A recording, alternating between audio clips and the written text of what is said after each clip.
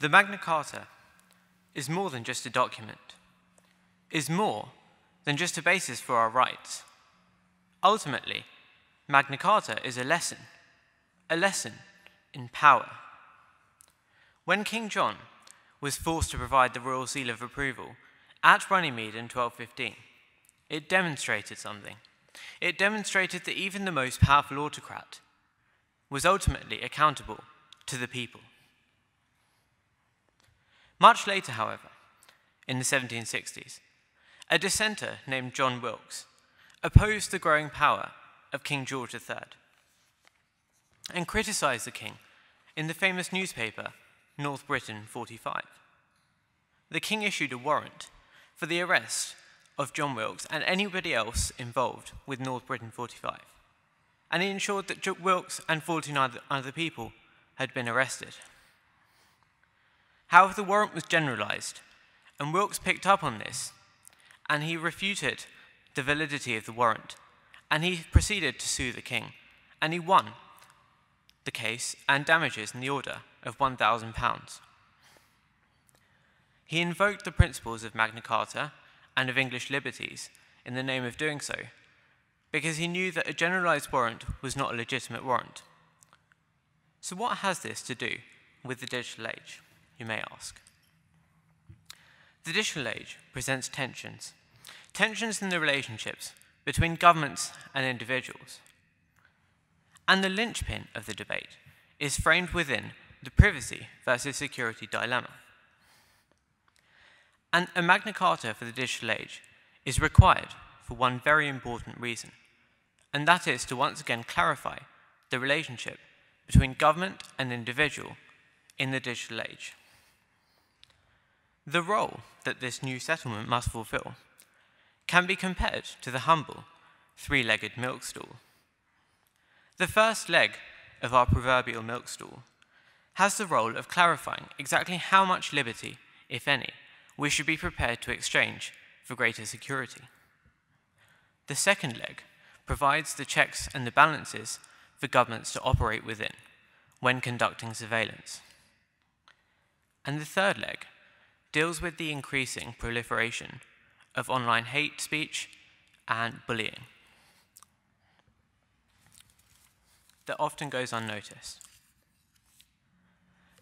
To my first point, the former US Supreme Court Justice Brandeis aptly remarked that the right to be left alone is the most cherished of rights. Our negative liberty and our rights to privacy were to Brandeis the most important rights that we as individuals possess.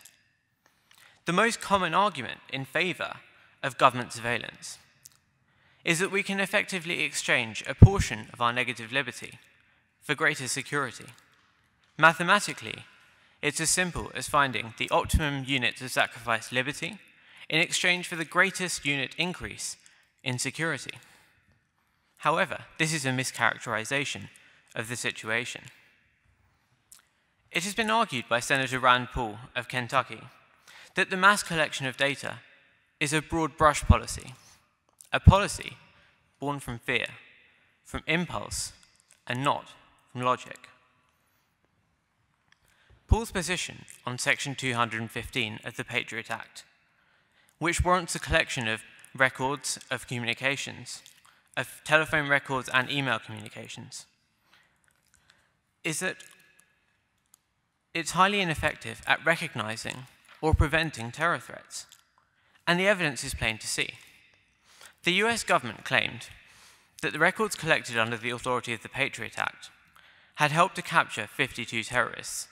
However, upon review by the President's own Privacy Commission, it was debated whether just one of these captures had been aided by the records, and it was proven that the terrorists would have been found by other means in a much faster way. What other means? In what faster way? There are many ways to find them. Essentially, the argument that I'm posing here is that spying upon everyone's data, upon everyone's communications, is essentially making a haystack bigger and bigger, and we're trying to find a needle inside. It's best to focus on simply a small group of people who are known to be suspects, rather than be focusing upon everyone's communications. I'll give you an example. The Boston bomber at the Boston Marathon, he would have actually been found by the CIA if they had simply realized that he had changed the spelling of his name when he moved country. Now, if we are focusing on individual suspects who are already being watched by the government, then it makes more sense to focus on them rather than spy upon everyone's communications, and we can find them and prevent terror threats much faster. How do we get to them so that we know that they are in a group worth watching? In other words, to take your metaphor, I can see the hay rick. I want to avoid enlarging it to a hay stack. But how do I identify the bale, which is the only thing I need to look at if I'm the security forces? Okay, so there are several ways of finding people without infringing upon their privacy. The first is banks being able to flag up certain payments. So if people have certain transactions in their accounts and certain amounts that go in and out, you can build an algorithm to actually identify these people, and then these people can be watched. Now, that may have some innocent people in it, but we're still not infringing upon everyone's privacy. And there's ways of doing this. People who communicate with people internationally, that's another way we can actually look at potential terrorists and be able to identify them without having to spy upon everybody's communications. But if you were advancing that case in a contested trial and cross-examination proceeded in part on the basis of validate your statistics on the basis of a narrow group, and extrapolated from that you couldn't validate them because you hadn't looked at the vast coterie of outliers, how would you resist that? In terms of finding outliers, I think it's very important to realize that the communications data of most people is going to be largely with their close friends. So if they are communicating with the people who they are often friends with, and we know about these communications, then there may be some outliers, yes, but the cost of infringing upon the liberty of the individuals in this case is greater than the benefit gained from the increased security. And the increased security, in fact, is not that great at all, as explained by Senator Rand Paul of Kentucky. I would just like you to clarify, I'm not quite clear about this cost-benefit analysis. Okay. The cost of infringing upon the privacy of a large group of individuals is greater than, say, the death of 3 people in a terrorist incident, 6 people, 72 people? I agree completely on that case. All I'm saying is that we have limited resources to find terrorists, and how to best focus those resources. How to best focus them depends upon who we look at. If we are looking at people who are already terrorists and are already suspected of these activities, it makes more sense to follow these people to prevent them from conducting attacks, rather than look at the mass population and waste and spread our resources across people who are largely innocent. You're making quite a big leap in reverse between people who are already terrorists and people who are suspected of being terrorists. Okay. I mean, are we saying that that's the same thing? No, it's definitely not the same thing. Operation U-Tree. I'm talking about people who are known terrorists and also suspected terrorists. Those are the people who we should be focusing our limited resources on, rather than the general population. Does that answer your question? It pays, if you are of a terrorist mind, to stay determinedly under the radar. You'll do better. Sorry, could you repeat the question? Certainly. If that analysis is right, it pays, if one is a determined terrorist, to stay under the radar as long and as much as possible, because you'll do better. Absolutely so. However, in the large majority of cases of terrorist attacks, it's actually reviewed by governments what they could have done to prevent these attacks. And often, in largely all of the cases, it's where the people who have not taken the action that you've specified, and they have actually been planning, because in order to conduct a terrorist attack, I mean, looking at the security in the Western world, it requires a lot of planning, and staying under the radar and essentially trying to run a terrorist group is largely unfeasible rather, because you'd have to be in the loops to be able to conduct such an event eventually. So I think that, does that answer your question? It does, thank you. Okay, thank you very much. Moreover, with regards to our rights to privacy, the Second Appeals Court in the United States has argued that the bulk collection of people's data is a violation of the Fourth Amendment. It's a circumvention of the Fourth Amendment right to privacy. In the United Kingdom, the High Court has ruled that DRIPA, or the Data Retention and Data Retention and Investigatory Powers Act 2014, is a violation of the Human Rights Act of 1998, and by extension of European human rights. So it's clear that our rights are being profoundly violated, and the only way to stop this is to have a Magna Carta for the digital age, to give governments a clear area in which they can investigate and a clear area in which they can't. Arjun, could I just, sorry to keep, you're getting lots of interruptions, but who would decide, who would draw the line, leaving aside all the practicalities of focusing surveillance on specific groups? Who is going to decide where to draw the line in any charter, legislation or settlement?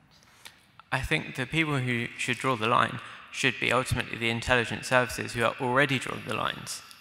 And I think that it can't just be the intelligence services. There must be oversight, and there must be greater transparency and checks and balances upon them. But ultimately, the existing framework that we have in the intelligence services is good enough as long as they are properly reviewed by government and they are properly reviewed by the people, and the methods of surveillance are clearly demonstrated to government, if not the people, so that we can be clear on which rights are being violated and how they are being violated and at what cost. Does that answer your question? Thank you. Thank you very much.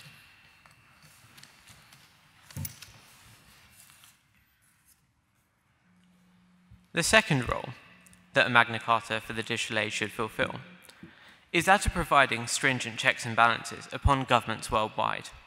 And there are three problems that this would solve. Firstly, it would stop government from issuing general warrants regarding data communications, so that no government could issue a warrant for Verizon or EE or any other phone network and gain the communications data of all of the customers. The idea of general warrants violates one of the key principles of the original 1215 Magna Carta, and that is innocent until proven guilty. The standard that we have begun to conform to is that if you have nothing to hide, you have nothing to fear. But ultimately, this new lower standard allows the government to see who we talk to without probable cause for doing so, and has a chilling effect upon our liberties and our freedom of speech. How likely would you be to criticize the government if you knew they were listening to everything that you say? It's a worrying thought. The second problem that a digital age Magna Carta would solve is that of preventing governments from taking advantage of loopholes in the current legislation. For example, in America, if you live in New York and your friend lives in New Jersey and you happen to email each other, then according to the Fourth Amendment, right to privacy, the government cannot view your communications data. However, if your email is stored in a server in Brazil by Google as they move data across from country to country without you seeing, it can be spied upon through the provision for spying upon international communications. And that is circumventing the Fourth Amendment. And it's not just in the United States that it's happening in the United Kingdom as well, and in the European countries by GCHQ, the NSA, and MI5. Is that an argument for a worldwide criminal code? A worldwide, sorry, could you? Criminal code? Essentially, it would have to be worldwide, yes. For a Magna Carta to be functioning, it would have to be a worldwide settlement, because it's far too easy to circumvent national laws. So you would have to have international consensus upon the new Magna Carta for the digital age. Now, while this may be a problem, and while this may infringe upon national sovereignty to an extent, we are talking about the very sovereignty of the individual that's at threat here. And that is a far more worrying thing. And that's why, on a matter of principle, we should at least try to create a digital age Magna Carta. The third problem regarding checks and balances that a digital age Magna Carta would solve is that of forcing governments not to hide behind national security. The human rights lawyer, Dinah Rose QC, has argued that many times in the cases of human rights, governments will refuse to turn over evidence on the basis of national security. However, in actual fact, it's embarrassing for the intelligence services in terms of the information that's in this evidence. And intelligence services hide behind national security in order to avoid being properly scrutinized in courts and by the government. So it's very important to stop this, and a digital age Magna Carta would create transparency for the public and also for the government in terms of how we are surveyed as a nation and internationally, and also what are the criteria for this to happen. But well, would it? I know how we're surveyed internationally because I can read it, and I'm reading motherhood and apple pie generalities. I don't know what you're positing, I think, which is that I should know how operationally it bites on a given problem. What's the answer to the security chief who says, well, I'll do that if you want, but you'll all be dead? The answer to the security chief is that it's only important to explain to the general public and also to the government which rights are being infringed and roughly how they are being infringed. But I know that now. That's my point. I know that. You know that. If we sat down, you could explain all of them to me elegantly. What am I going to get out of your proposition? Out of my proposition, you'll be able to understand what exactly the intelligence services are collecting in terms of data. And my very point. And we do not know this. And if we look at the cases of John Napier Tye in the United States and Edward Snowden, also working for the NSA as a contractor, it's very clear that The Guardian only published 1% of the information that was turned over by Edward Snowden. And I think the types of things that were being collected by the NSA had nothing at all to do with national security and were actually deeply embarrassing for them. And I think it's very important to say that they are collecting this, and it is an infringement upon our privacy. And I think a digital age Magna Carta should clear up those grey lines and really clarify those issues and make sure that we know what's being collected of our private data. Does that answer your question? It does, thank you, Arjun.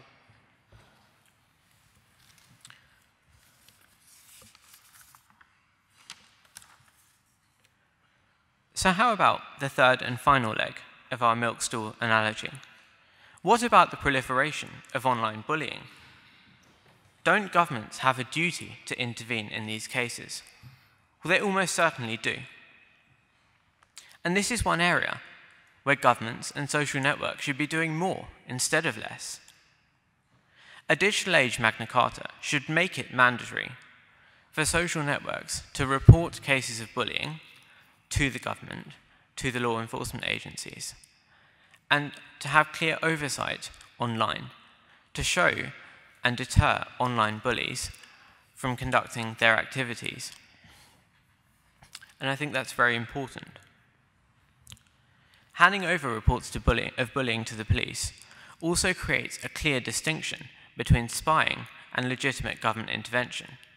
The act of reporting involves a third party and allows governments to legislate against online bullying under the authority of the 1859 harm principle of John Stuart Mill. If someone's actions are being harmful or being regarded as harmful to another, it allows governments to legislate against them or for law enforcement agencies to deal with them on a case-by-case basis without being accused of spying. And I think it's very important for the safety of many people who are bullied online to have these checks and balances in place and to have the clear distinction between spying and legitimate intervention for their well-being. Arjun, can I just clarify something? Because I'm not quite seeing the distinction. I mean, Okay. Not very long ago, someone online made what was described as a credible death threat against me, and they received subsequently an 8-month prison sentence. Now, the fact that that threat was made online was not actually material because the fabric of the law was sufficient for them to be prosecuted in any case. Yes. So what is so unique about bullying online that means it currently falls outside the envelope that would be caught by existing criminal law? Because essentially online, if a threat such as the one you've mentioned wasn't reported, the social network wouldn't have any idea, and law enforcement agencies also wouldn't have an idea. The idea that social networks should make it easier for people to report crimes directly to the police, or at least make them aware of an issue, is very important in stopping incidents such as people committing suicide after many years or weeks of online bullying. So that's the essential distinction, because perhaps the easiest way to explain it is that online bullies often feel as if they are not subject to the law online because it's behind a computer screen. It's very, very different to the real world from their perspective. And to make the letter of the law stronger online, I think it's very important to create those links between social networks, governments, and law enforcement agencies to make it easier for people to report, and also make sure that people are safe online, just as safe as they are, and just as highly as the letter of the law applies in the day-to-day world. Does that answer your question? Not entirely, but carry on. Okay.